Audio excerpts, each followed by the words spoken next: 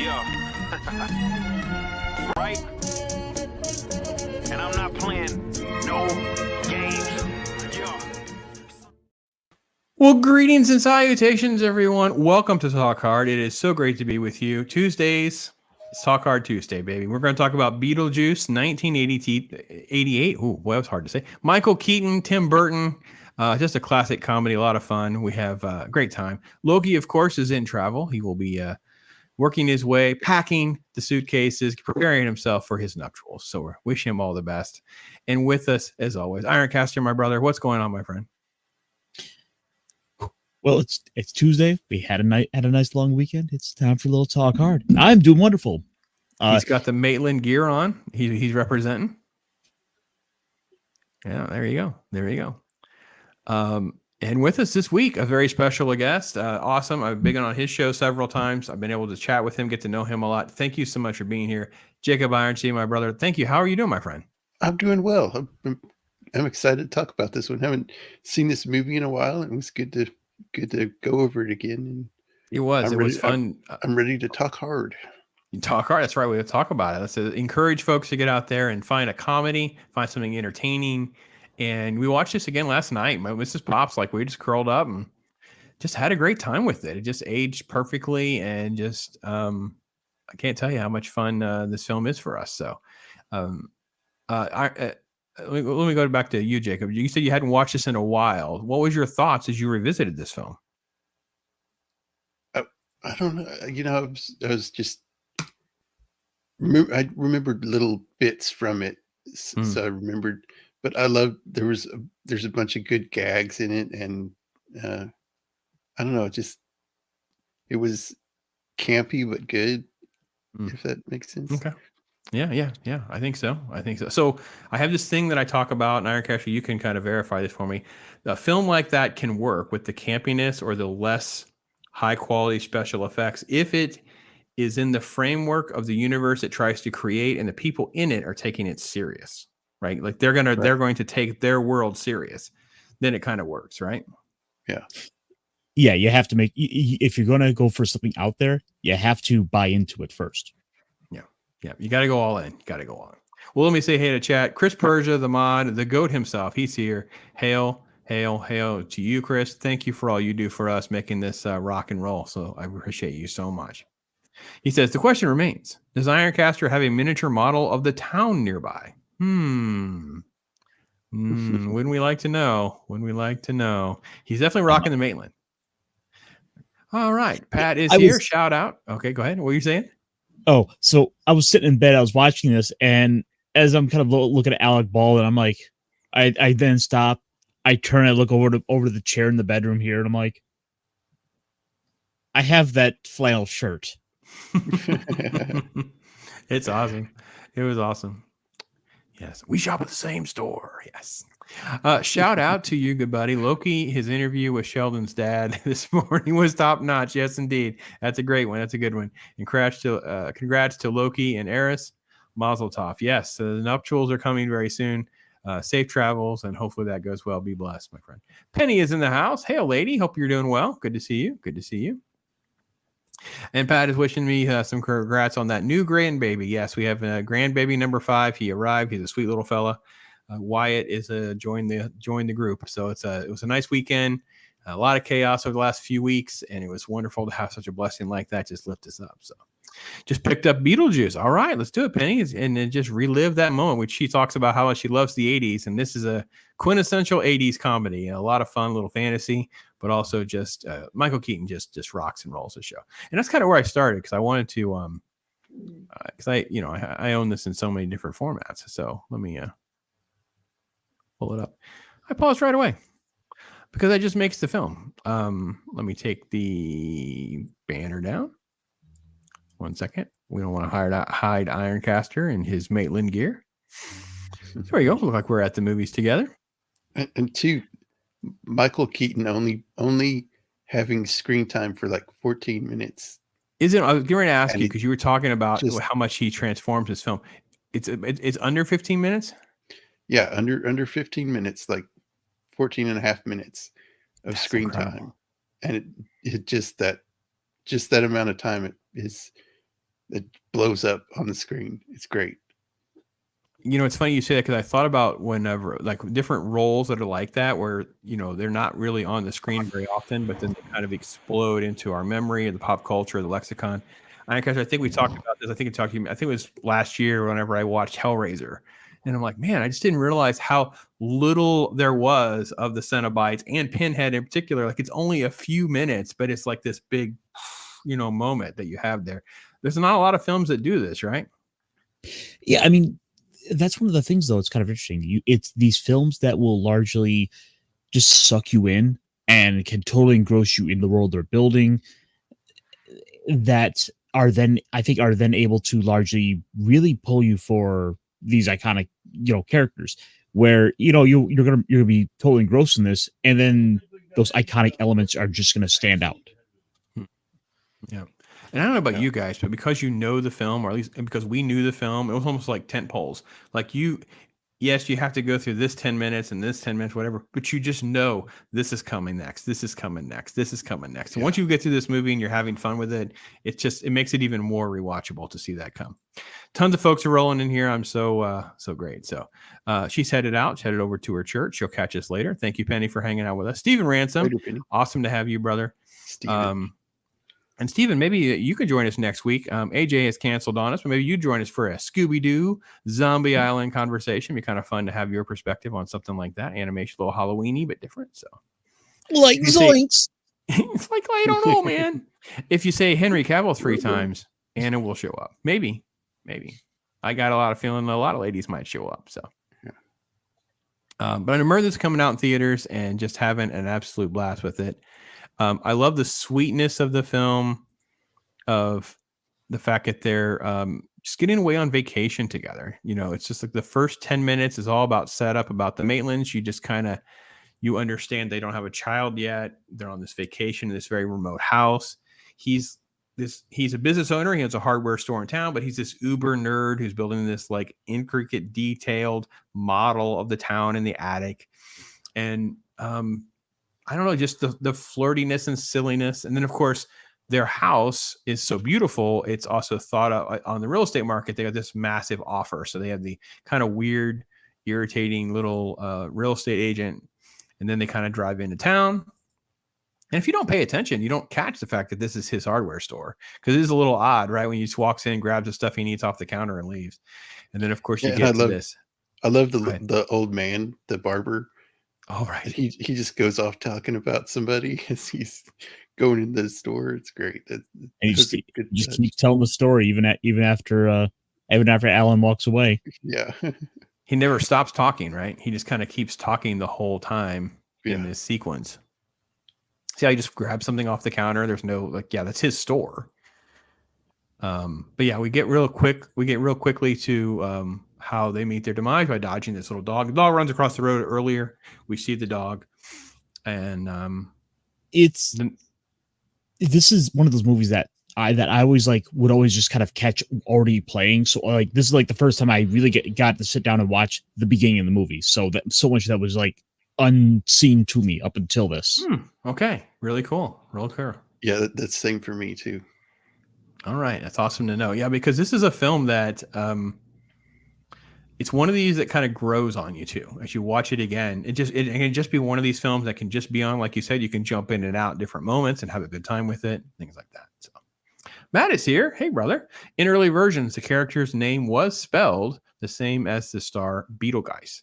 And it was very dark, almost resembled Hellraiser in some ways. Yeah, there's different versions of the story. We were talking about this before we started, how the script itself, and you can go even to Wikipedia, you can see some of the different ideas that were thrown around, different variations of this.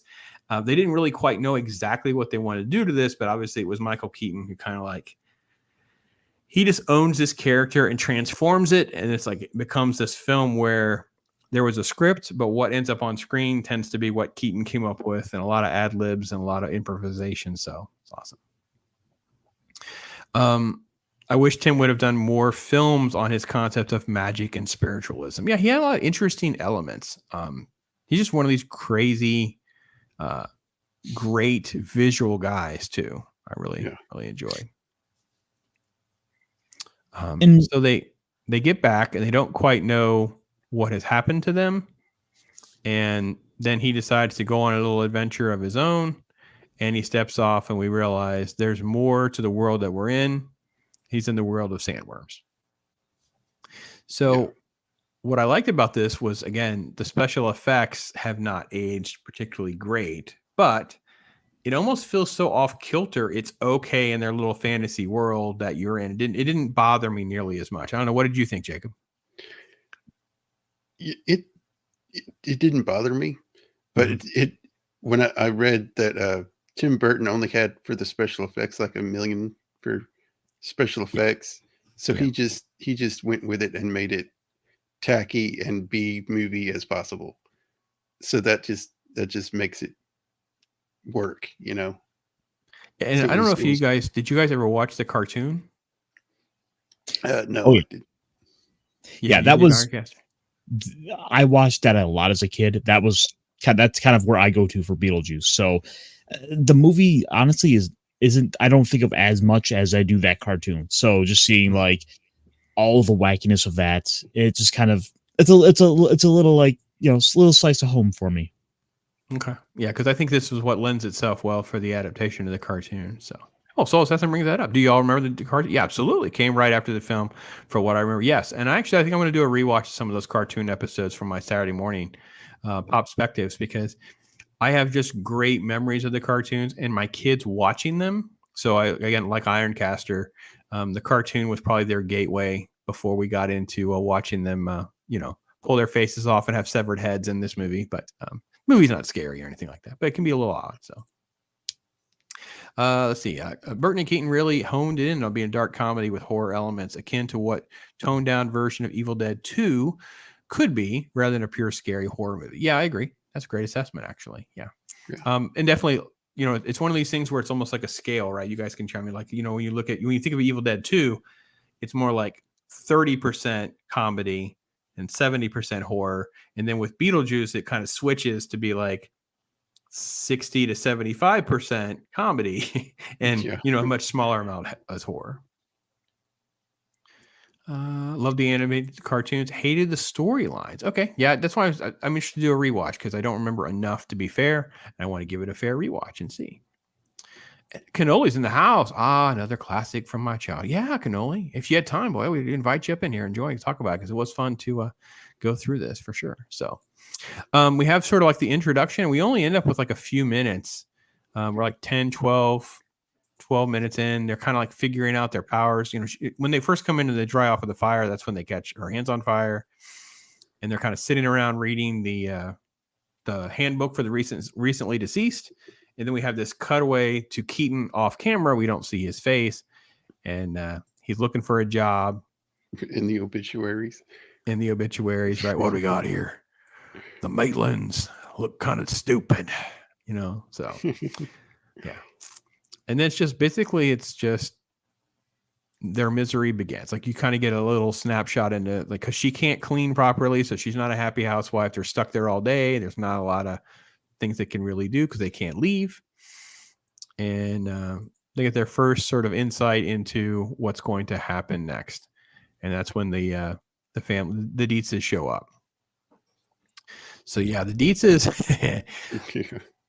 So again, this is where the writing gets so good. And you guys can speak to this, right? Because whether it be Jeffrey Jones or it be Catherine O'Hara or even Winona Ryder as Lydia, you end up with characters. And again, we get the other ones too, like Otho.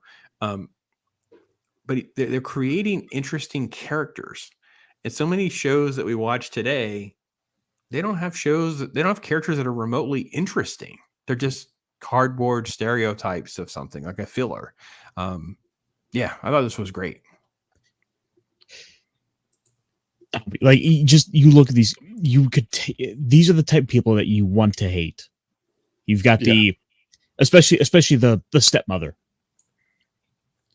She's come in. She's a snooty, like, New York art, a high society art type, who immediately comes in. It's this beautiful home, but, well, no, this isn't good enough. I have to do my art. I have to come in and twist and mold and distort this house. And you really feel for our two ghosts. Yeah. Yeah, and They- her they- art is clearly very, very tacky. They worked on the house too, the couple. So they're, they've got it the way they like it, and have somebody come in and just rip it apart. Yeah, and it's one of these things living in the country myself that it has a certain feel living there, and so you're going to come in, you're going to add all these weird modern elements and modern colors like that. It just doesn't feel right. It feels out of place, so to speak. So Yeah. Matt love- was I going love back how around she's to like- the Evil Dead thing. So Tells the mover, oh, be careful with that. And he just goes and throws it almost down. chucks it on the table. There's Otho. You love to hate Otho. You love to cheer against Otho. Maybe that's a better way to explain it, right? Yeah, he reminds me of sort of like the annoying big cousin of Pee Wee Herman. Yeah. Yeah. Yeah. Glenn Shaddix is his name. Passed away. So, yeah. No. He's wonderful in this film. She's like the way he gets wonderfully. Mauve. She paints Mauve on the wall. It's like, you read my mind. I'm like, it's crazy. It's crazy. Zach is in the house. Hey, brother. Good to see you, brother. Go ahead. I was just like, Mo, what's that? It's like, oh, it's just color. You've never heard of it, obviously. Yeah, he's just this over the top snooty, and this is the first closet gag and stuff like that starts to play out a little bit. His head's off. I'm trying to figure out how to navigate through some of these shots without the copyright issues. So there we go. Here's one of them. So yeah, the one in the closet is like she pulls her face off, and you think you're going to be horrified, and they're horrified that it's a small closet. yeah.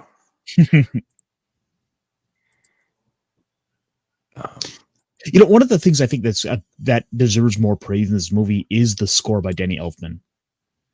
Oh yes, Yeah, yes, very good call. Yeah. Watching it, especially when it's starting up, you get that very kind of bouncy, whimsical sort of do do do do do do do do. You're like, oh, this is. I'm sitting here back and like, this is good. And like, this might be one of Danny Elfman's best works, if not for Batman. Yeah. Yeah, I mean, I got to be honest, Elfman just has such a unique style and unique feel to everything. It just always, works for me. And I don't know what to say. I kind of grew up with his film. So it's sort of like, I was listening to Oingo Boingo before these movies become big. So I already knew who Elfman was.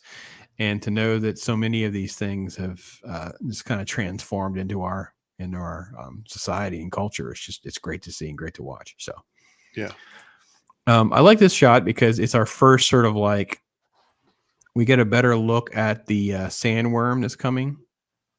And again, a very cartoony feel, right? Yeah, it's a very surreal working into the world, where you're getting to see Tim Burton really get to kind of get let loose. Yeah, it's almost dreamlike too. Yep, I think it's kind of an interesting film for seeing where and when Tim Burton decides to let his creative touch come through, because he's smart enough to let the town have that sort of postcard-esque look to it. It's perfect for that. Yeah. And then he's bringing in his touch through the Deetzes and through all the stuff involving the dead. Yeah. So it's kind of interesting to see where he does that and what is he trying to say with that. Like the sandworms here, it's like, was he just a really big fan of Dune? I mean, obviously this was inspired by those worms. I think he just had thought of this creative, interesting world of the dead. And I think he thinks, and this is what makes it so good for me, is what would be the least likely environment that we can put in the middle of all that? And it's this picturesque, Northeast countryside, beautiful country home with like an 80s yuppie business guy who just wants to watch birds and be left alone. And then we can kind of have in the middle of creating conflict, we have this crazy art obsessed New York weird lady and her extremely dark goth emo, before all those things were a thing, daughter, who will be our liaison to this, ghost bioexorcist, if you will. So Souls has some, so I don't think I've ever disliked any of Elfman. Yeah, I agree. I think the problem with Elfman is a couple of them do sound alike. Like, I don't know if there's anything special about Corpse Bride's music or something like that, but I'm not saying I don't dislike it. And then we basically just kind of get a little bit of the filler that lets us know pieces of things that they'll pick up along the way for later. Different shots, transformation of the house. There's another piece of art that we have a callback to because it looks like it has like a spider thing. And then we get to this important shot where Winona Ryder's character Lydia, she's into photography, and she actually sees them looking out the window. She captures it. So it's a brief moment, but I thought it was really, really good how we get all that. Instead of being spoon-fed to us, it wasn't some weird, I don't know. This is not like a big exposition about it or anything like that, Yeah. Literally back when Geena Davis' career was taking off. The Fly, then this. Earth Girls Are Easy. Thelma and Louise. A couple years later. Yeah. League of Their Own. Mm-hmm.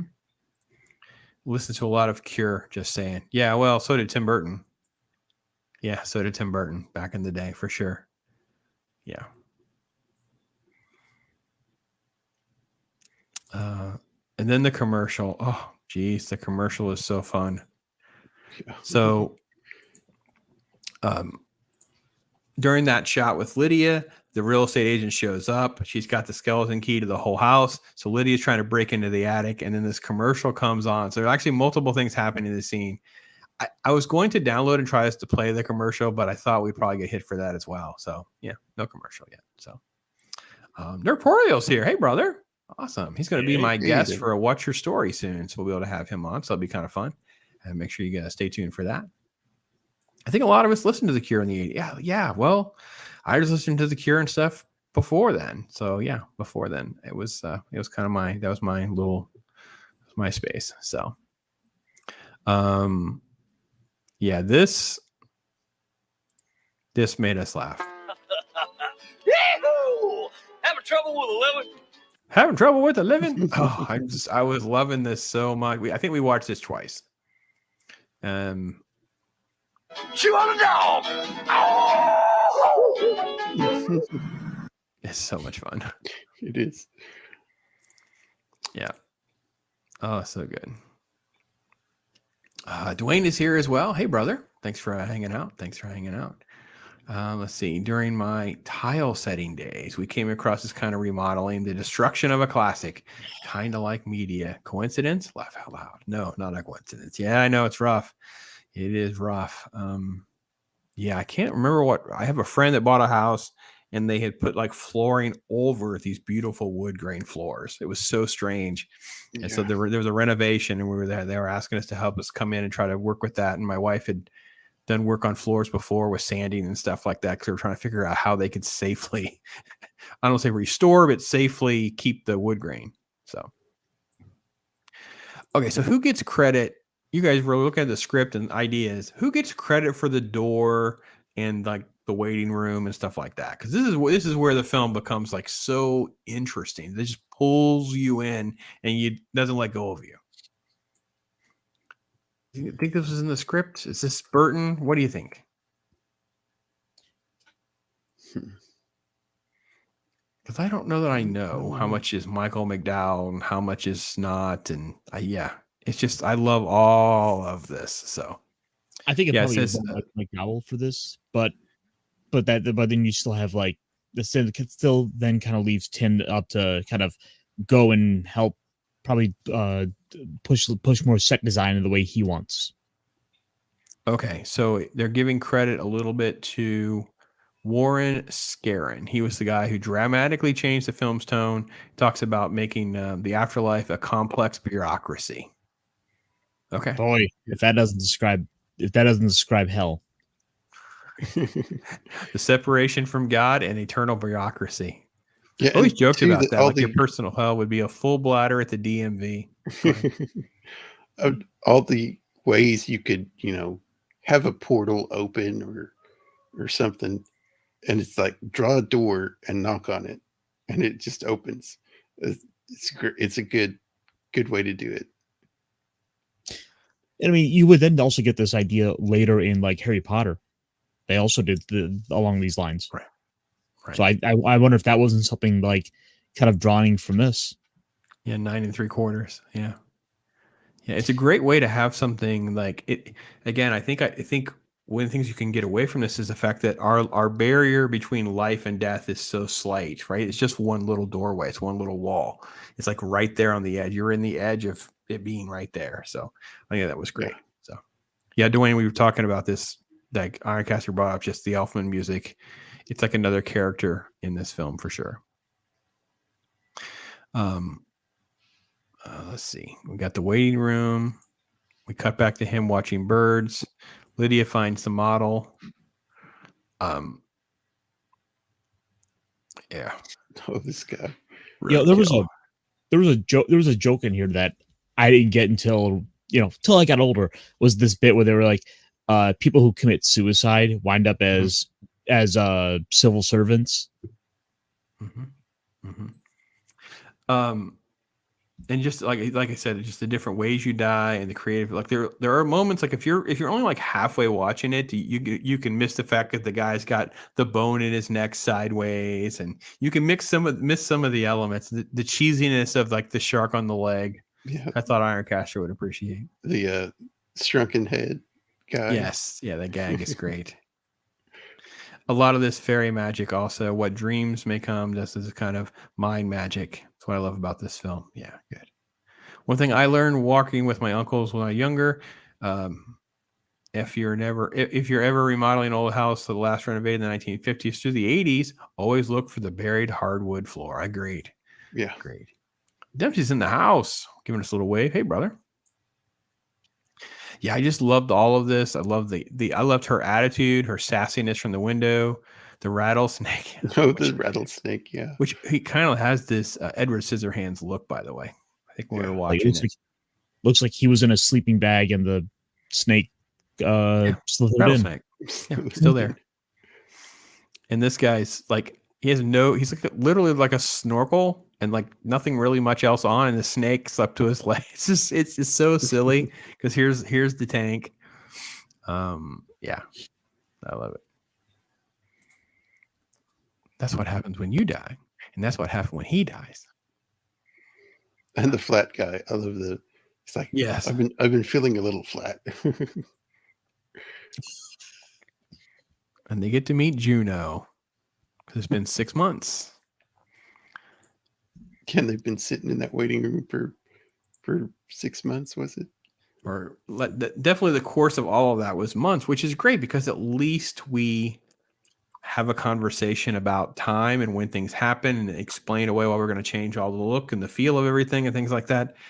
I don't know, guys. Let me tell you what, this was one of my biggest complaints, especially when I was watching Ahsoka recently. It's like I can't keep track of when things are supposed to be, so I know, because that's when they create conflicts and problems. It's like, well, if this was happening then they should be able to talk to this person, that person. What's about this? Well, in this movie, it's like, no, we're going to button all this up here. We're going to do this, then we're going to do this, then we're going to do this. Very, very well thought out and compartmentalized. I really, really appreciated it. So, Cajun Corey is saying it 3 times. Good on you, Cajun Corey. We see what you did there. And this idea that, they were in there that long, like also kind of works with the idea that like sort of they're these ghosts that have kind of, been there, this ghosts that have been in the background that eventually kind of come back and start to cause havoc after the people have moved in. Right. Because, how many, it lends itself to that haunted house mythos, right? Of you bought a house and maybe after a few months, right, there's suddenly weird creakiness. There's weird, people think they see things like that. So, yeah, I like it. Very good point. I also like that the Hall of Doors, and one of Mhm. them's like the Exorcist, where ghosts go to die. It's like where ghosts were exorcised, and that's where they go. I think I went back too far. It's a little tricky getting the right scene, but yeah. There you go. It's very German expressionism. That's Mhm. one of the things I know that Yeah. like Tim Burton is really into for the art style. Yeah. And notice the whole movie, the gag, like there are different gags that no one pays any attention to. So for instance, for her, she's always smoking and all the smoke's coming out of her neck slit, right? Yeah. Because she's had her throat cut. But no one ever makes mention of it. No one ever even acknowledges that any of that's happening. That is, to me, some brilliant, fun humor when that's happening. I know, Jacob, you talk about this with some of the movies that we've done and you talk about too. It's like that cleverness is what, once you see it, it just makes some things like this special. Yeah. Yeah, it does. Even if you've watched it several times and never noticed it, and then you notice it, it's like just adds one more layer to the movie. Yeah. The whole Death of the Dead room was a really creepy idea. Yeah, I liked it. I like it too. Yeah. The original Mother Carlson from WKRP, Sylvie Sidney. Yeah. Yeah. Very good. Very good reference. Then I like the fact that so now she's like giving them instructions like you don't need Beetlejuice, you got to figure it out on your own. They're doing this sort of like back and forth cut with his business deal. So he's talking about real estate still, and there's kind of like back and forth. So there is like this is the subplot that's being driven so we can have an excuse to get the other folks to visit at this party later on.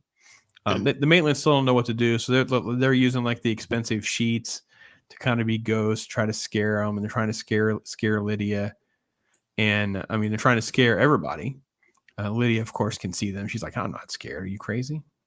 And then we get a little gag, a little nod to Spaceballs. She has a date with Prince Valium. Oh, right. Yeah, Spaceballs, good reference. Yeah. Yeah, let's see here. And Prince Valium references were pretty common in the 80s. Oh, okay. Yeah. So my wife wanted me to ask about this little weird tractor picker thing. I don't even know what I'm looking at here. Yeah, that is so Tim Burton too. Yeah, she was just like, "What is this thing? I don't know." And this is one of those few things I think. While I like it, I don't think it's probably a good thing to necessarily add because this is it. It's sort of going against this sort of normal world that they have kind of built in, and like the only like time that sort of Burton aesthetic should seep in is through like through the Deetzes coming here, and the stepmom is kind of doing this sort of artsy fartsy thing, and then you have all the undead. Like, yeah. Like I wonder, is this like something they custom built, or is that like an actual thing? It's just sort of there, and no one ever addresses or talk about it. Like it's just a weird thing that we were just distracted by for a minute. Like I don't know what I'm supposed to take away from that. So, Yeah. All right, dinner party, more conversation about not doing things, and then they decide they're going to. They're panicking because they're going to try to get these other people to show up to their house. They panic, and that's when they decide to go for it and call in Beetlejuice. So, all right. So Solis has to ask, I wonder what Juno's backstory is. She has a slit throat. She does, and that's where the smoke comes out. So everyone's got a backstory. It's kind of the fun part of this is you have to, this is how so and so dies. This is how so and so dies. Bobby, hey brother. When they did that long shot of the town, same town they used in the Joe Dirt. Oh, okay. Not. I have not watched Joe Dirt, but like once, so I would not pretend to know that shot. But cool. A mulcher. Is it a type of mulcher? I don't know if it's a mulcher tractor, I think. Okay, so it's a mulcher. Let me try that up again. And the mulcher. Just a weird device that they have. And we've just never seen one. So I wasn't quite sure is that like a legitimate machine? It just seemed like a weird, quirky. I gotta be honest. I think I wouldn't be shocked if it was a weird machine. And Burton's like, we're gonna have that in a movie someday. He's like that kind of guy. So, all right. So we get to Beetlejuice. Say it once, say it twice. Third time's a charm, right? Dig, and then they're digging up the model. And I actually think it's really funny because they're literally digging up, like, here, the green set aside, there's a layer of cardboard and the filler. That's great. And you can see the pieces of the cardboard, like there's the word fragile on the cardboard box right here. So when they're digging it up, so everything about it just lended itself to just having just almost like built-in Easter eggs without having Easter eggs, right, Jacob? Like it's just fun to have stuff like that without actually even talking about it. Yeah. Such a and it's, thick cardboard. So it would, it'd be what to their size, it would be that thick, Yeah. Yeah. Matt's saying I watched Joe Dirt one too many times already. Yeah, I got you. So Vex is in the house. Hey there, Vex. All right. Gonna have Vex back on because it was a blast. You haven't seen our conversation with Vex. We had a great time. So art director is the same mindset as interior designer. All right. 10 cents of aesthetics. It ties into the next scene with Delia chopping the vegetables for the chops. Yeah, very good point. Good point. Yes. So yeah, we get to Beetlejuice. We're finally going to get Beetlejuice. And this was some of the shot, and I will admit, I wish we hadn't seen some of this in the trailer because they did release some of this in the trailer or whatever. So I love the fact that we're now removed enough from it so people can just enjoy the film for what it is and enjoy, and have it. Yeah. This scene is just unforgettable. Like it's just so good. It's so fast. The chemistry, everything about it is it's just so great. It's just so great. So Dean Krantz, he's been a member for 3 months, popping off saying, howdy, Pops, great movie. Yes, indeed, Dean. It is a great movie. Thank you so much for being a member. All you members, thank you so much for supporting me and being there for me. I had so many kind words because, me and my family have been going through all sorts of crazy stuff going on. Many of you members reached out to say, listen, just ride out the storm, Pops. We're with you. We got you. And I appreciate it so much. And Dean, you've been one of those people. So thank you. So, I don't know, Ironcaster, because you talked about how you've seen this movie on and off several times. What was this scene? How did this scene feel for you? Because it's just nonstop perfect chemistry. Oh, this is an absolute delight.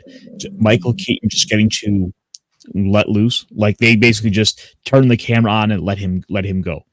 Like I'm wondering how much of this is ultimately scripted because they have all the costume changes.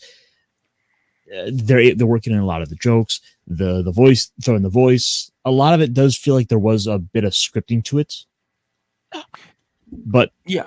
I don't know exactly. I don't have a copy of this script. I didn't even look one up, but it's fantastic. So let's do a little bit. All right, let's get down to business. You're right. I got a card around here. No, I went back to. My wife and I would like to ask you a couple of questions. Sure. Go oh, ahead. baby. That is our Batman right there. Yeah. Guys, that is Batman.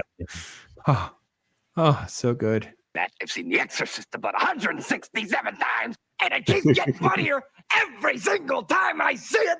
Not to mention the fact that you're talking to a dead guy. Oh, it's so much fun. Hey, come on. There you go, Ironcaster. peas There's in the you and pod, your the shirt. three You of shop at the same store. Your peas in the pod, buddy. Yeah, I went down to his hardware store. I picked this up. Yeah, Geena was in Transylvania. Yeah, that's a great. Talk about a silly, cheesy, fun film. Oh, that movie's great. I haven't watched that in forever. Thank you for that reference there, GR. I appreciate that. That's a good one. It's a good callback film. And somebody, I don't know, maybe I get one of you guys. Somebody want me to do that one. I don't think it's going to be a talk card, but maybe. Who knows? So, let's see. Shelly League popped in. Did I miss Shelly coming in? Oh, if I did, I'm sorry. I love Shelly. There she is. Hey there. All right. Sorry if I missed you. Said something earlier. I apologize. Chat goes by fast. So. Solace in the Marines. My battalion commander made a remark about the movie being inappropriate to take his dog. Well, yeah, I don't know. So, yeah, there you are. I see it. Yeah, I mean, there's a couple moments and whatever, but it never gets too far. What do I have to do to strike a deal with you two, huh?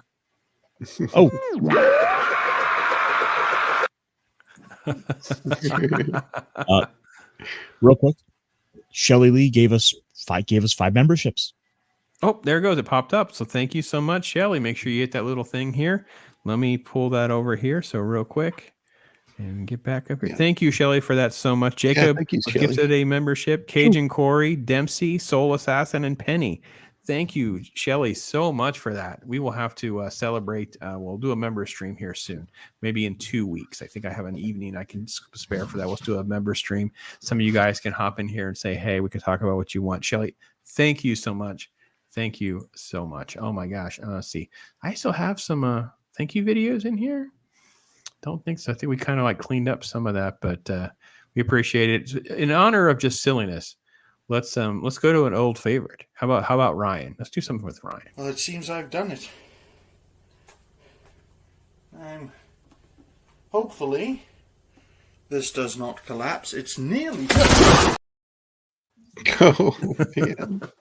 It never gets old. It never gets old. Thank you, Shelly. Welcome to all you members. Thank you so much. Try out those emojis. Have some fun. There's one. Bob Ross. That's right.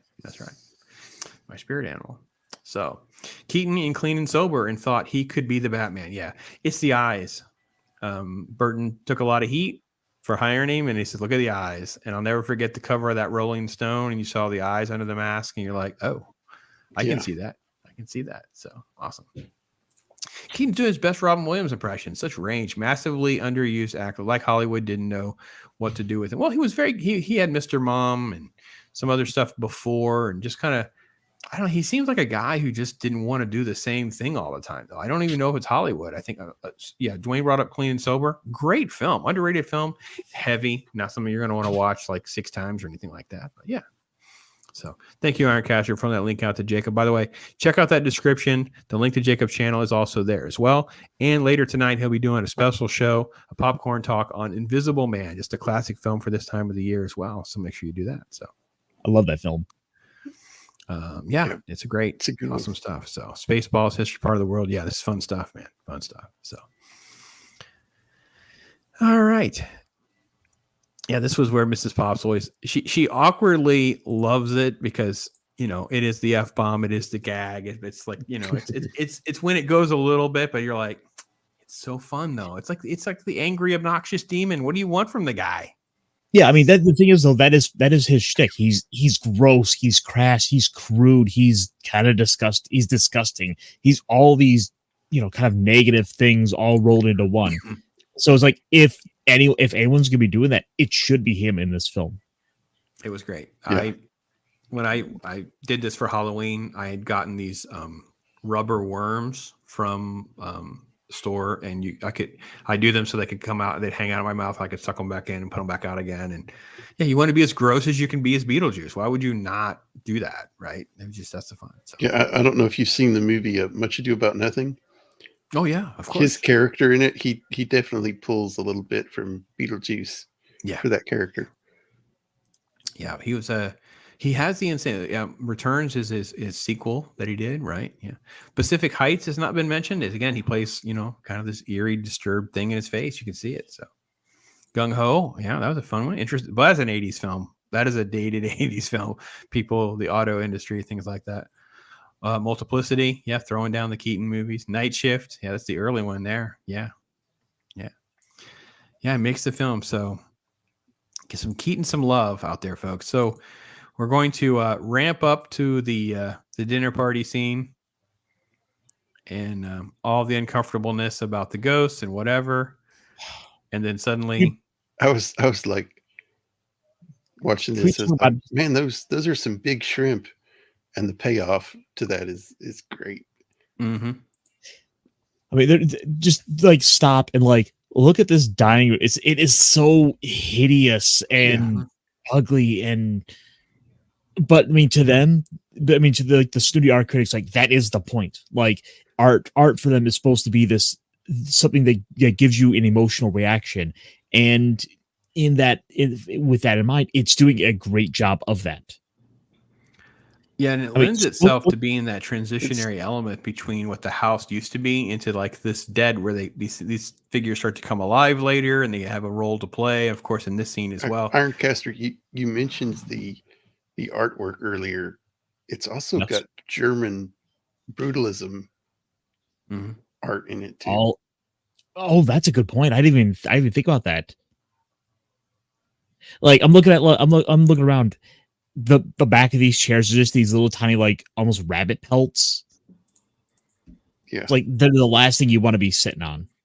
Yeah, like don't get me wrong. Like I don't have a problem with fur or anything, but like not everything. It's this clashing of the hard metal with just this little tiny rabbit pelt. There's no real cushion there. It's like this little thing like just strung across it, right?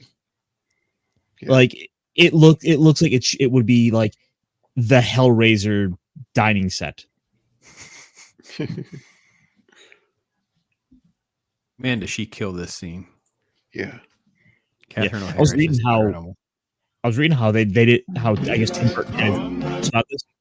Like he didn't think like this would be a good thing to add in because it is so like jutting and so out there. It's the most like overt element we've had of this film, and that's saying something.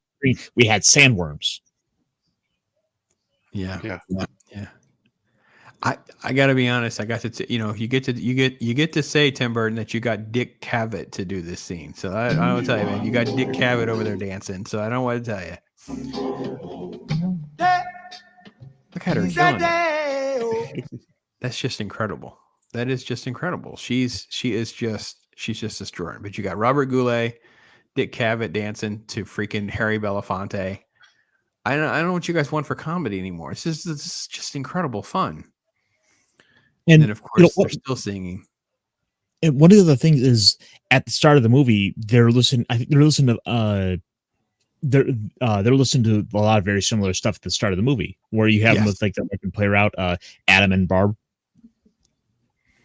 Yeah, so when very early on when he's playing with the model and that opening 7 minutes or so and he's working on the model, it's a Harry Belafonte song in the background as well, I believe.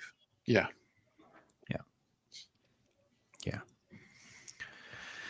Oh man, so good. Deo was so big, and Jumping the Line. They're just these massive songs for us in that time too. It's one of those things too where Harry Belafonte wasn't exactly part of our lives in the 80s, and yet this was like a bomb. Here you go, and you're like, this is just a blast. Yeah. You don't know. Wait. Just play this last little. Yeah, I was going to try to get to the hands here, the shrimp. It's like right here.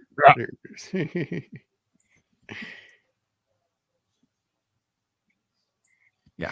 If you're watching this and we jump around a little bit, copyright is probably going to give us some difficulty here. But imagine that, just the fun of filming these sequences and scenes. I would love to. I didn't have time to do a like behind the scenes. I wonder how many times they shot this. There's a lot of coverage on this scene. So Keaton's a dead used car selling. Yeah. Badass. Decorator is the reason why they always wanted to make the closets bigger. Out of the closet joke. Yeah. All right. So then it's but of course scared. Of course they're going to try to figure out how to monetize it. Yeah, that's the funny thing of it. Is that there are these New York like kind of always looking to make that next buck, swindlers types. And their mind immediately go to how can we take advantage of this to go forward? Yeah. And then it goes from like the house, just have the house as a ghost museum, and then to the whole town, make the whole town a ghost museum. Yeah. Was this around time that kind of music was being repopulated? Yeah, a little bit because of Dirty Dancing. Right, Dirty Dancing was the year before, so yeah, that kind of music, older music, retro stuff was kind of becoming the flavor a little bit. So many great one-liners. Agreed. Yeah, this reads like stereo instructions. Yeah, I still say that. I don't even realize that I'm quoting Beetlejuice sometimes. It's just become part of what I would say. The whitest movie ever. Sell that experience to others. Oh, good one, Dempsey. Very, very good. Very good. Beetlejuice premiered in 88. Could have been a Halloween movie. Yeah, but we didn't even think of it as a big Halloween movie back then, Dwayne, did we? You know, Dean, you would speak to this. Well, Steven, it was just a movie. It was just fun. We just had a good time with it. Didn't think of it as that kind of thing. So anyway, so we have our little setup here now. How we're going to transition into the Maitlands trying to figure out what to do next, because they're sort of like the panic of they don't want to deal with these people. They're not going to leave. They're going to try to seek out Juno for help. They find their way into to see the little miniature, as you saw, and then Lydia gets duped into letting Beetlejuice out. So, which I probably should go back and try to find that shot, because that's one of my other favorite moments to quote was when she finds. Just say the name, babe. Beetle breakfast is my favorite. Yeah, Beetle breakfast. Anyway, so he comes out and he attacks everybody, and she starts panicking and freaking out, and then they got to figure out how to get him back in the model. That scene with the snake is the most horror it gets in this movie, isn't it? Yeah, I mean, I guess other than like the shots, you know, of the Maitlands being mutilated or whatever. I mean, those are just like still shots. There's nothing really, you know what I mean? It's kind of like a still in like a haunted house. It doesn't really get you. Kind of be unnerving maybe, but just little things about this just always amuse me. Obviously, the brothel that Juno comes with, because the Maitlands are back dealing with Juno. Juno's mad. And we never addressed the two gags. I mean, well, we kind of addressed the football player gag. Yeah. Keeps coming up. But also behind the Maitlands, there's stuff going on in the background as well in that guy outside the window. Just a lot of fun. It's so well built. Like they're doing a good job to make this really feel lived in. Well, or maybe that's not the right word to use. Authentic. Right? Genuine and authentic. Yeah. The coach makes it. It's the best. I'm not your coach. He made it. All right. Then we finally have callback to that renovation scene, because why did we bother going through that shot so we could have this shot? I don't know why the shot matters, but it does. Or why he's just suddenly there in like a silk bathrobe. Yeah, I don't even understand what's happening. So, but right. The world is weird enough that you can kind of buy into it. Well, again, this is, I think, what works is the film says this is the world we're going to go in. We're going to go all in on it, and all of our characters are going to be 100% in. They're not. This is not some sort of weird cheeky thing. We're not going to be like wink, wink, nod, nod at the audience. We're not going to make like modern audience jokes or comments about the president or politics or the news or whatever. No, we're just going to have fun in this little world, and this is what we're going to do. So, yeah. Well, also because they are part of the weirdness that's coming into the world of the story. That for them just to do this, like they're like it's normal. Like, yeah, this is I can totally buy into this. Right. This does kind of speak to rich people going out in the country and buying property, and trying to make a buck with it. I think that's the only thing it, goes into reality, I think. Oh, you guys are crazy. Yeah. Love for all sorts of things. Yeah. Beetlejuice cartoon. Yeah. We talked about that briefly. So, and I will say that, he does go for a gag with this. He just goes for some of the silliness a little bit, but it's never to the point where I felt like it was ever irritating. Like it all worked enough, So, So they're going to go back and they want to live with Lydia. Lydia's talking about being dead. And he's like, no, if you just let me out and marry you, whatever, and saying the name and whatever. And that's what the fondness of Lydia. It's fun. And then we get our final sequence. We're going to have our seance. And they call back to the wedding gown and tuxedo from the Maitlands wedding is still in the house. So they have that, and they will use that as part of the seance. So a lot of movies back then about boomers making a sack of cash, leaving the city for country living. Yeah. Funny Farm, and there were others. Yeah, sure. Yeah. All right. Yeah. DJ Ronnie G's in the house. Hey, brother. And yeah, nice backdrop. Yeah, great. I found one of the stills from the cartoon. Yeah. So maybe not from a horror standpoint exactly, but definitely from a creepy feel. This was all because she's aging and rotting, she's mummifying, drying out. I think that the unnerving part for us as we were rewatching it was like, I guess because orthos were like helpless, like, oh, I can't stop. I don't know what to do. You know what I mean? I thought that actually was a very good element of helplessness. Like, this is all out of our hands now. And this is a callback to that room earlier where the dead go to die. So they're going to the dead room. Yep. Scenes coming up. Beetlejuice emerges out of the model town, which is an Easter egg with the Jack Skellington skull and the Batman symbol on his hat. Yeah. All right. And here's the line, baby. Look how suave and cool he is. What a great shot. Just say the line, babe.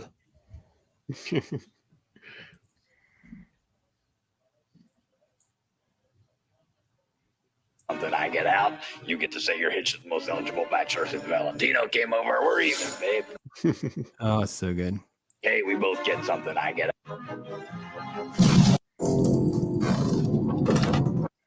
Say it once, say it twice, third time's a charm. Showtime. All right, let's see if we can get that model shot. Yeah, there we go. Yeah. Fun stuff, right, guys? It is. It's great. It is so so unimaginable, so loose with just the mentality. Like, I would have never thought to have go this route. Like the bat ears, all the stripes clashing, the little merry-go-round, going into the hammer thing. Like, it's like I would have never been able to think of this. Yeah, I just feel like just what we get to witness with a film like this is just the unbridled creativity of the team. Like, all right, well, what if the carousel is a hat and it just goes around his head? We could put this, I could just see this just coming and evolving into something that's just this much fun. So it's awesome. PJ makes it awesome. Orville Nation's in the house. Thank you. Awesome. Outfit from the cartoon. Yeah, this is the one he wears most of the time for sure. Yeah. Pump up the volume. Well, indeed. Hence the name. Thank you so much. That's where we borrowed it from. So I'm glad you caught that reference. Cool. Attention, Kmart shoppers. Yes, a reference that so many people can no longer get, Dwayne. Very good point. David Warner and Time Bandits. Oh, another good film. That one's been recommended too. We haven't gotten to it though. Yes. Very good point. Just a lot of fun. Really enjoy it. Just insanity. Like you said, Ironcaster, who would think of this? Have him come out and turn them into those, just, that's why I will never do 2 shows in a night anymore. Golly, he's good. I won't do. Well, what do we got here tonight, kids? Oh, so fun. Ortho gave him a leisure suit. A blue leisure suit. Oh yeah. I like there's this idea that it's probably also like he finds it's that hideous a suit that he's gonna run away in terror. Mm-hmm. Beetlejuice had the oddest action figures released. The cartoon came out about 14 months after the movie. Figures were a mix of movie figs and cartoon figs. Yeah, it was just stuff. It was just stuff. So, all right. See the wild gothic supernatural funhouse. Yes, Mr. Frost with Jeff Goldblum in the Great Horror Movie. Yes. Pennywise reference. Yeah, scary, carny stuff. Yeah, it was definitely came out. The It film definitely. The TV miniseries had been out right before this, so I miss seeing smoking in movies. That's a good point. We don't do that much anymore, huh? All right. Yes. Running down the list. And then suddenly he's transformed into his silly maroon wedding outfit. Yeah. Oh, it's so good. And the comb too. He just barely touches his hair. Yeah, it's not going to matter. It's all matted and gross. And yes. Here's the statues that come alive, Ironcaster. It's like we've got these hideous statues. We need to make them almost a character in the film. What comes first? What comes first? We don't say the B word. Yeah. The preacher. It's just a fun voice. Like like after the movie ended, I'm sitting there like, all right, that was a good movie. Let's get on. What are we watching next? Nobody says the B word. Come on. Nobody says the B word. Oh. I love this shot. Do you, Beetle? And you, do you, Lydia, take this man to Beetle? Hi, Lydia, being a sound mind. Oh, so good. Answering. Yes, I love that man. May we continue? And just the idea that he does the one, zips her mouth, she unzips it, gets the number 2 in. It made us just laugh. We were just having so much fun watching that sequence. I don't know. Again, you guys haven't watched this in a while. What was it like sitting through like this sequence? It's like exponentially, it just keeps getting crazier and crazier and crazier as it progresses. This is the true heart of the movie. This is I think of anything aside from the Banana Boat song. Mm-hmm. I'd say this is probably the most iconic element of the film. Is this someone out of Beetlejuice letting him be the ghost with the most. Mm-hmm. Yeah, this is where my mind goes to for this film.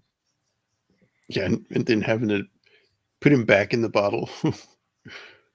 So they used him to stop something, but then they got to put him back. And I love the truck, driving the truck into his foot and it blows up. Yeah, Dwayne quotes a great line about the ring. The ring is on the dead finger. It's like, she didn't mean a thing to me.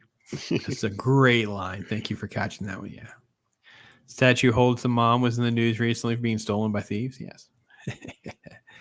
And Alec, I know. Crazy, huh? Oh, right. That was a story from the set where one of the statues got stolen. Mm-hmm. Yep.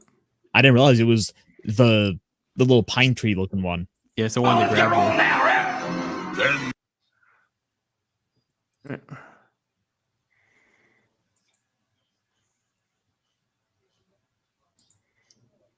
Oh, went too far. Sorry. Here we go. Trying to find it. There's our truck.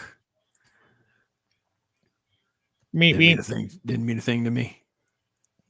Sandworm. She tames the worm. She rides him in.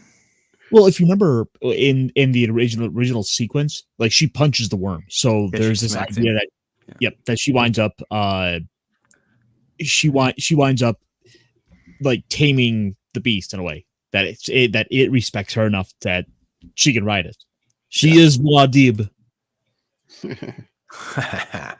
She meant nothing to me. Sandworm wedding crasher. All right. Save that for the guy later. Yeah. Ugh. AC's in the house. Hey, brother. Shelly bringing up a good point. Thank you, Shelly. Remember chat. Lydia was not old enough to consent. Well, you know what? Beetlejuice did not care. He got her to agree. Beetlejuice was also dead. Mm-hmm. So from death to the part.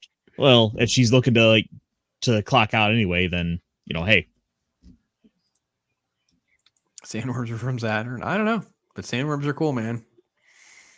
And this translated very, very well to cartoon and animation. So I had a great time with it. So, all right. Then we get the end where we end up with where they are now. And it's just, this is where films have done this so well. And we've gotten away from doing this. It'll end with a song. It ends with music. It ends with something fun. You leave the theater having a good time. And then, oh, by the way, we're gonna like tip you on the way out by having a nice catchy tune or kind of have a nice feel good moment or having something that kind of leaves you happy and go lucky as you head out the door. So I don't know. What do you guys think? Am I over analyzing? Because that's how I felt when I left the theater. I couldn't stop talking and thinking about this film. I mean, it's giving you something to kind of tapping your toes to as you're walking out, kind of humming. It's like it's putting you in a really good mood as you're walking out. It's like that a high you get from seeing a good movie, and it just gives you a spring in your step. That last song at the end. Yep.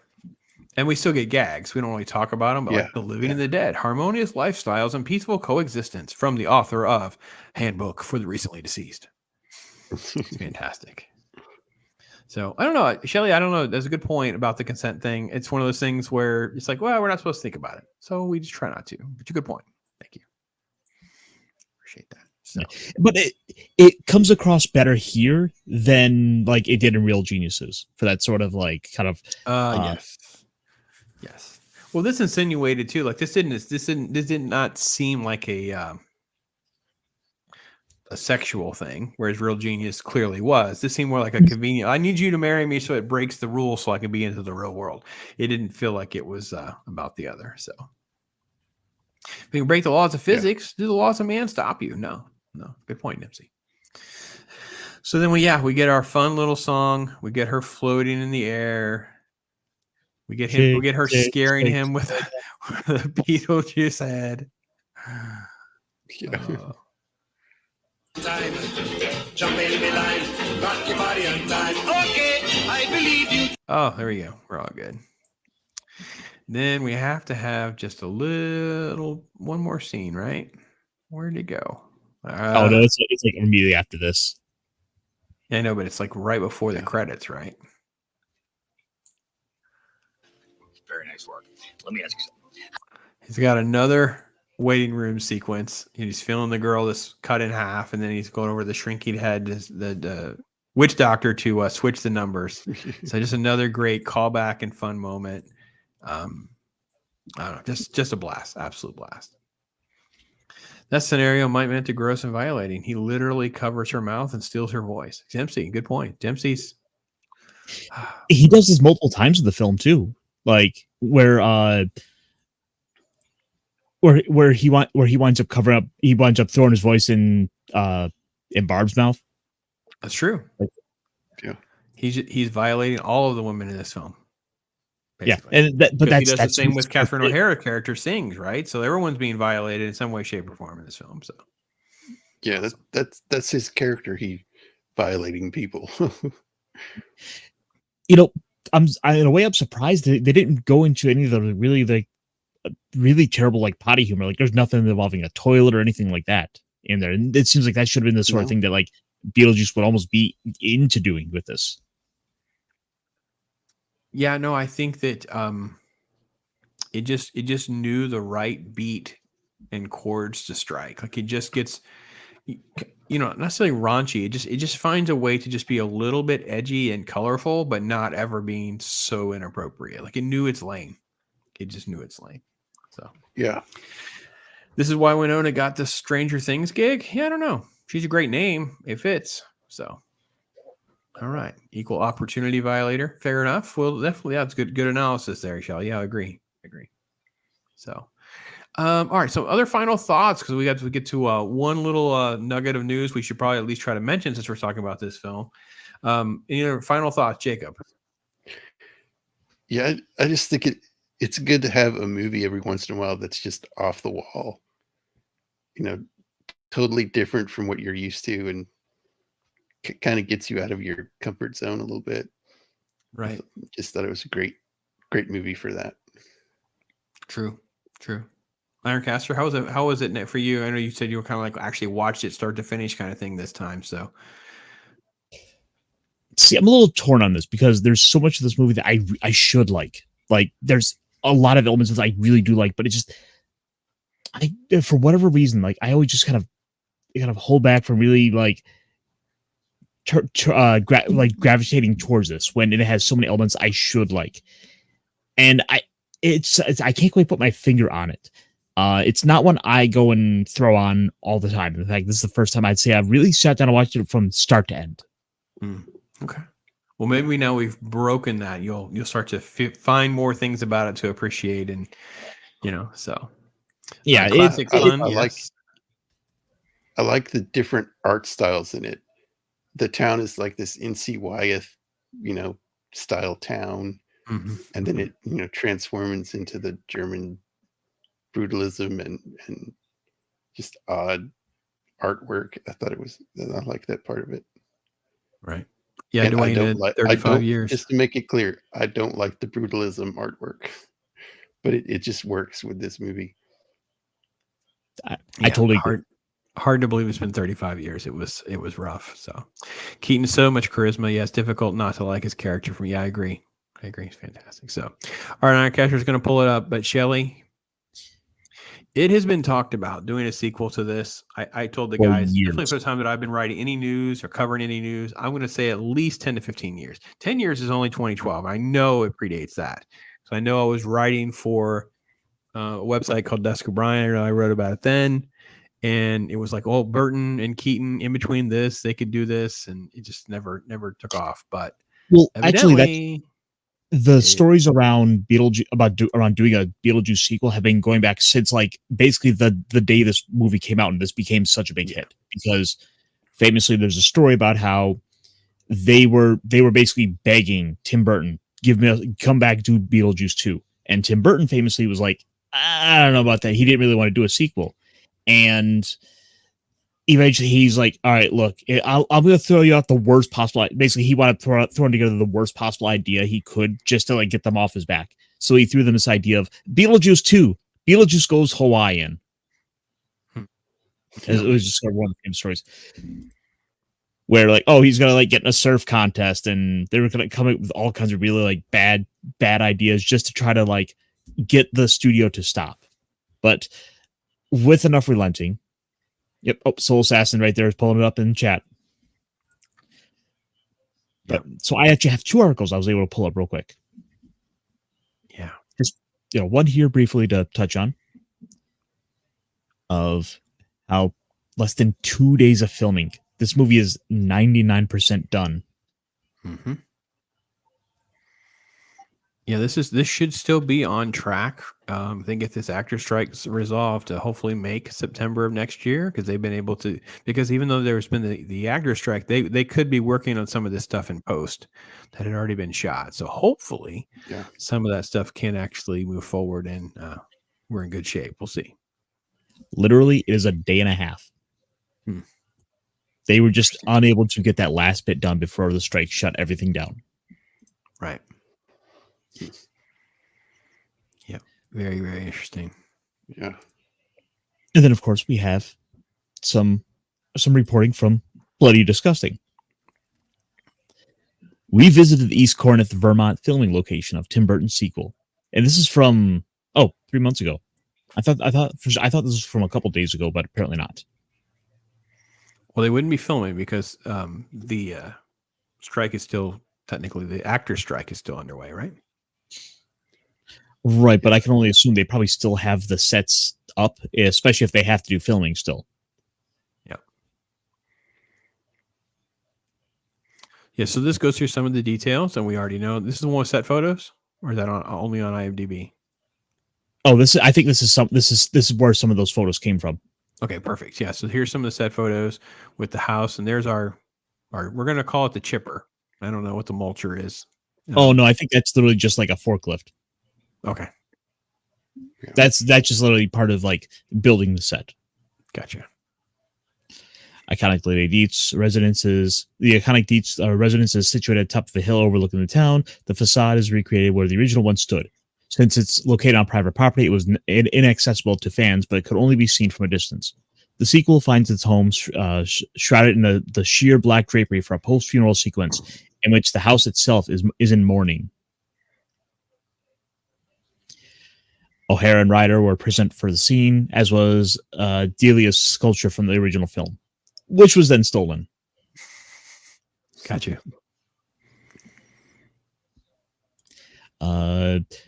Samson Zillick, a Massachusetts-based aspiring actor who worked as an extra in the scene, tells me, quote, "It was very organized and very professional.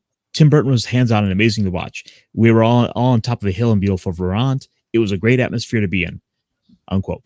It was O'Hara's final scene for the film, with Burton and Ryder celebrating her rapping with hugs while the rest of the cast and crew gave her a round of applause.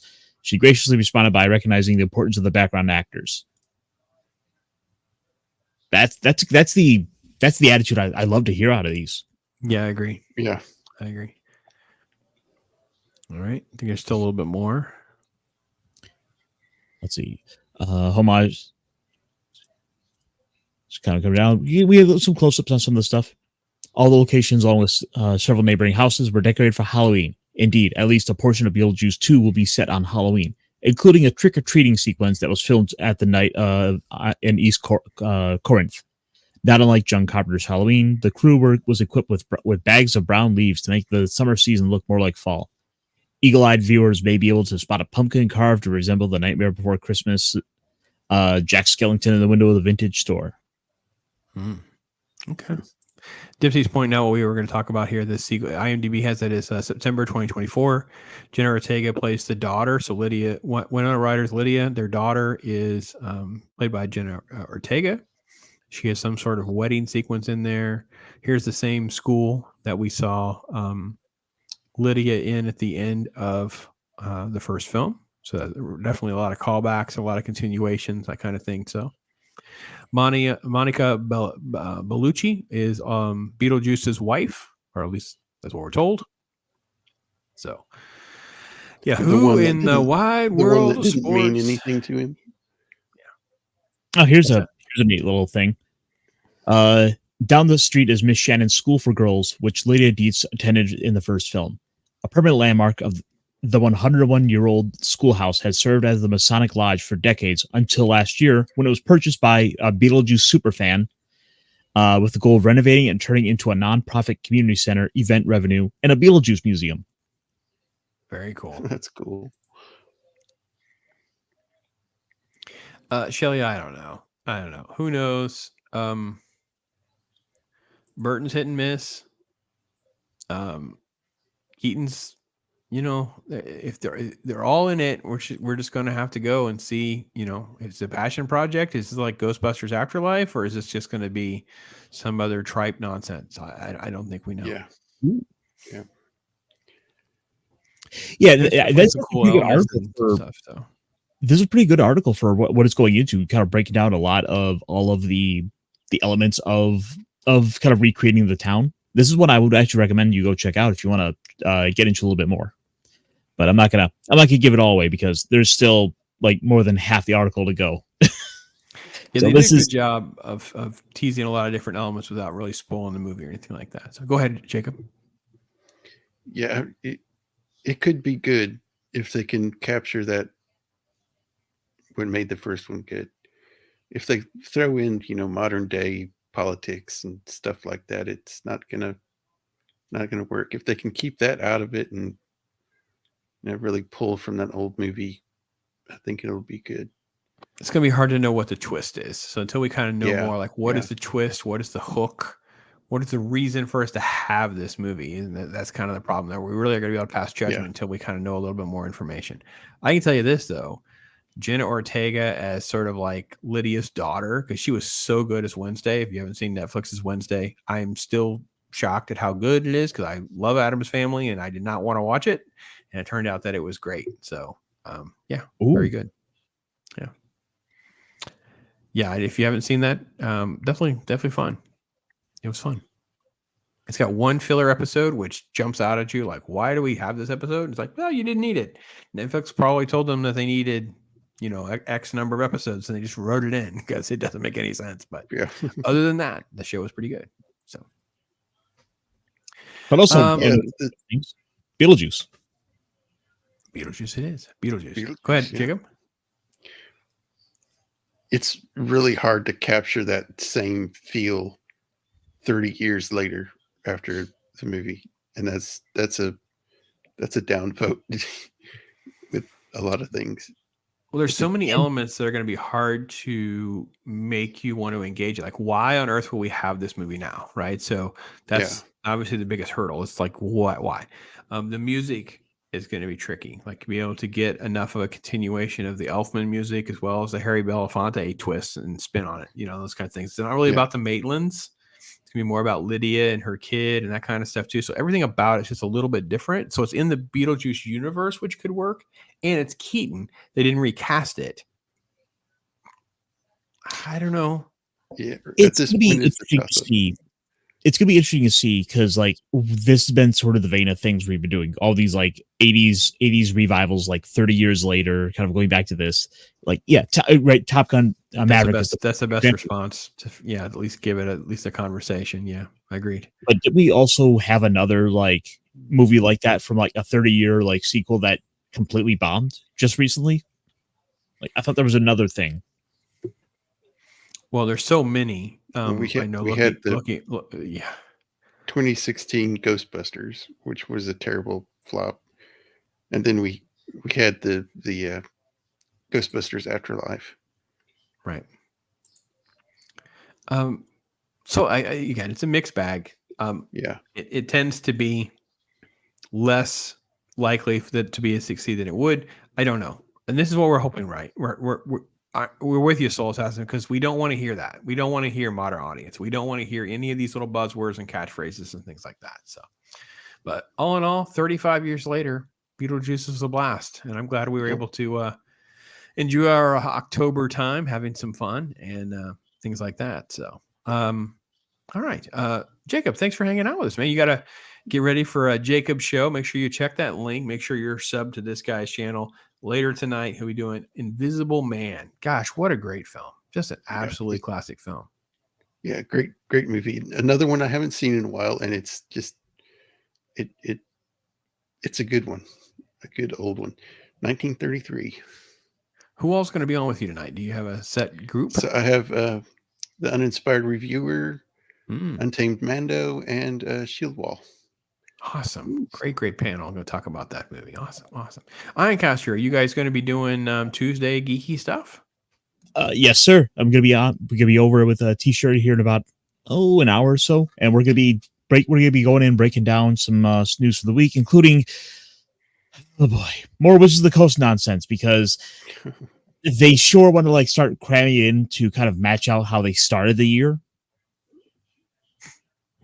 We just can't get a break, can we? We just can't get a break, I tell you. There's been so much dumb stuff. Like they've decided that apparently witches and druids are problematic, so we can't have those anymore for Magic as like monster types. They had a major online retailer, Troll and Toad, has now come out and announced they will no longer be carrying Magic products after 30 years of selling them. It has just been one thing after another. There is so much to unwind and unpack. All right. So yeah, tons of great content for you guys on your Tuesday night. So make sure you check out these two guys, their channel over at T-Shirt Historians channel. Make sure you do all that to make sure that you can connect with them as well. Next week, we'll be doing Scooby-Doo Zombie Island. So it'll be kind of fun to continue some of the October theme stuff. And then a week after that, Christine, and then Halloween 1978, the GOAT. And that kicked off some of the slasher stuff, to be honest. So, yeah, it's been great. It's been great to talk hard, have everybody back. Thank you to Shelly again for those membership donations and the kind words from everybody, different things that we've been going through in the Pops household and things like that. It's been a roller coaster ride of good and bad. But you guys have just been so great. So thank you all for being here and supporting us, things like that. Chris Bergia, the mod, the GOAT, just hanging out, taking care of things, taking care of business. We appreciate everything that Chris does, helping to run the show and things like that. So, yeah, guys, Beetlejuice got to do it. Hopefully they get that sequel going and won't have modern audience in that descriptor. We'll see. I think the biggest concern there is going to be whether or not Beetlejuice gets to be gross. Yeah. And what does Beetlejuice get to do? Like, again, is he going to be tamed down, right? So, listen to the girls' skirts and some of the silliness that is him. Is it because he's married now and that kind of thing? I don't know. Well, we'll see. Maybe he has to get married. That's part of the shtick too. I don't know. So, all right. Well, we've done our thing. We could say Beetlejuice 3 times, but we put it to bed. So, thanks for everybody being here. Thanks for you guys hanging out. Jacob, thanks for filling in, man. It's been great to have you on. I enjoyed it. That's great. So, the movie's so quotable, a lot of fun. Hopefully, you guys, if you haven't seen it in a while, you can check it out like we did. Have a good time. Enjoy the rest of your day, your week. Check out these guys, your shows they're going to be with tonight. And hopefully, we'll see you guys next week. Take care, everybody. Talk to you later. Ross, all I do is chill. My life is a thrill, for real, Bob Ross. I be too calm for the drama. You don't wanna cause a problem, I'll solve it, Bob.